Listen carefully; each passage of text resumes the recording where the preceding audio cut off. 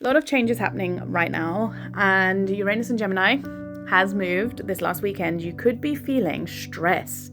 This is a new transit, so not all of us are like ready or aware. As a projector myself, I get the downloads, I get the channel messages to help you guys, to help the collective.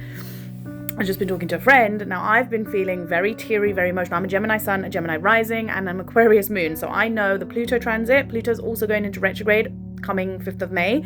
So we've got a lot of air energy. Now, air rules intellect. It rules the mind. Okay, this is going to be a long one. So actually, let me get my mic. That's what I'm saying. It rules your mental state, your ideas, where you think you should be. It also rules, and I did predict this like last year or the year before, I think I said, when we move into air sign energy, the overthinking, the mental stimulation can rise to our like detriment, to cause more suffering sometimes if we're not careful. So if you have noticed over the last couple of days, you have been feeling a lot more energy of like thinking, overthinking, and getting yourself in a twist of like upsetness.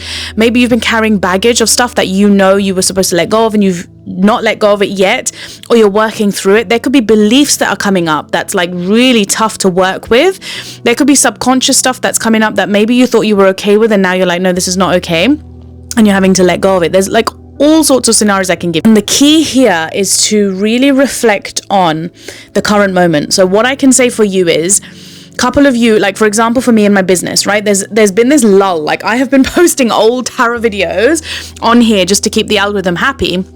But I've not actually been live recording. This is the first live recording 2026 that I'm doing in like a month or a month and a half now, because I've just not been feeling called to share messages and guidance the way that I used to through tarot. And I still want to give you the hits and the insights like this as it comes through. But more than that, I'm focusing on my body now. I've gained a lot of weight since I've given birth. And this is about 6 years now of just not looking after my body. And so for me, Uranus and Gemini is happening in my rising sign in my first house. And so the first house for me is my body. It's my physical health. It's my mental health. It's all of it. So I've been focusing on my diet. Now I'm going for a serious transformation. I've got an interest in bodybuilding. I'm an ex-personal trainer. I'm a qualified personal trainer, and I've just been letting myself slip. So I'm looking at my next 7 years, because Uranus and Gemini is staying here for 7 years. I'm looking at it as a deep body transformation, because it is mind, body, soul, right? I've done the soul part of the last 7 years when Uranus was in Taurus for me, which ruled the 12th house of spirituality. That is when I started this online spiritual tarot stuff, right? So now what I'm feeling in my heart and intuition wise is, because it's now moving into my first house of body, I'm moving to the next 7 years, possibly pivoting and starting a whole new channel of my weight loss journey, diet, natural beauty as well, because I'm on a beauty course at the moment. So by the end of June, I'm actually going to be a level 2 beauty therapist in the UK. So I'm doing all of these things, and just to show you like what the changes can look like. So I can go from like a spiritual business and doing tarot as my main core business to now shifting and showing you that it's okay to pivot. That's what Gemini does best, right? We change, and we are so open to change because we get bored if we do the same thing over and over again. So if you've been feeling like you're trying to cling on to something that did work last year and now you're no longer feeling aligned to it, let it go, because that's where you'll find happiness. If you're struggling to how you're going to let it go, that's okay. It might be in the works, working slowly by the time we move to like June, even till October, because Pluto is going to be retrograding next week around the 5th of May or 6th of May. And it's going to be in retrograde, which means it's going to be in reflection mode, which is Pluto is a planet of death and rebirth and transformation, and it's going to be there till October. And now that's in Aquarius, so depending on where that is in your chart, like for me it's in my Aquarius in my 6th house, which 6th house for me is body again. So everything for me is pointing towards the direction of body, fitness, health, daily routines. And so that's where I'm really like just reflecting and going inward. And it's okay to go silent, to go inward. Like the universe has your back. That is something that you want to hold on to in these moments where business might go slow because you're not feeling it. Money might just slow down a little bit. That's okay. Know and trust that the universe will still find ways to provide for you. You just have to be open to it and allow that ego of yours that will try and cling on to comfort in those moments, allow it to just settle. Do breath work. I'm doing a lot of breath work. I do a lot of walking. I've upped my walking to like 20,000 steps a day now, and grounding through meditation, through breath work, through practicing.